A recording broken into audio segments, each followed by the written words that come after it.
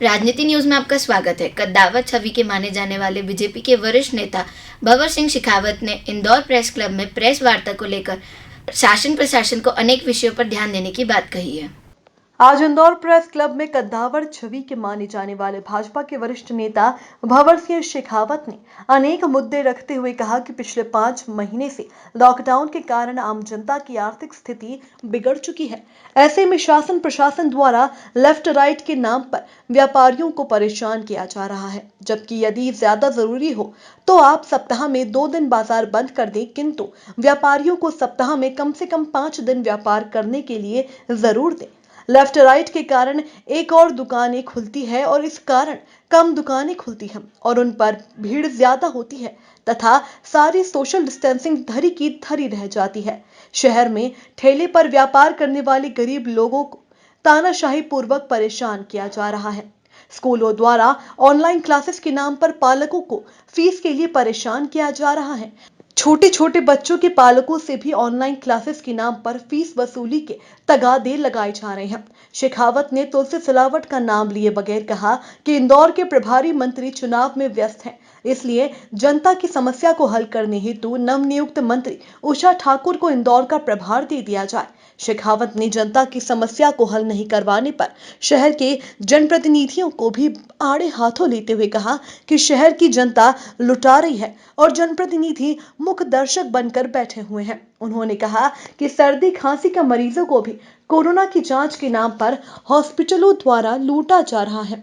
शेखावत ने कहा कि जनहित में वे इन मुद्दों को उठा रहे हैं, जिन पर शासन प्रशासन को ध्यान देना चाहिए।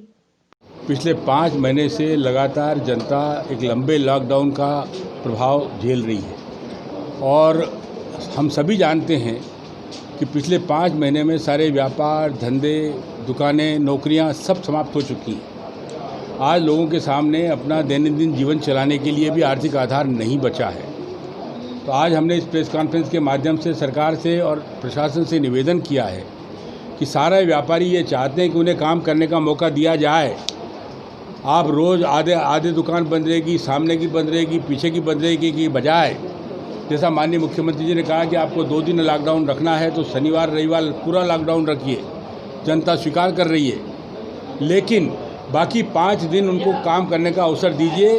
अगर वो 2 पैसे कमा नहीं पाएंगे तो बिजली के बिल, बच्चों की फीस और अपने खाने पीने का सामान भी खरीदने की स्थिति उनकी नहीं बची है। ये आज हमारी मांग है। ऑनलाइन क्लास को लेकर भी आपने कुछ बातें कही? ऑनलाइन जो क्लास चल रही है स्कूलों की, हाँ, मैंने उससे कहा ना कि जिन बच्चों को 4th 5वीं के बच्चों को आप कह रहे हो कि हम ऑनलाइन पढ़ाएंगे, एक एंड्रॉयड जो आता है या लैपटॉप आता है उसकी कीमत वो बहन कर सकते हैं क्या? आप ऑनलाइन 5वीं की 4th के बच्चों को कह रहे हो कि आप वो बड़ा लैपटॉप लाइए, आप मोबाइल लाइए खरीद के, ये गरीबों की बस की बात नहीं है।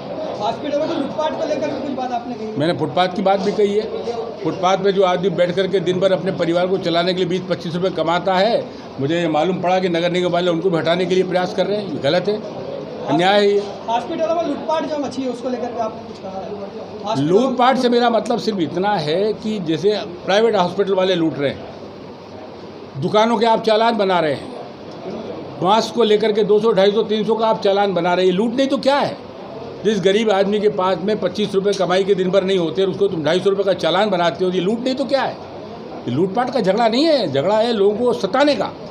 खबरों में फिलहाल इतना ही। देखते रहिए राजनीति न्यूज।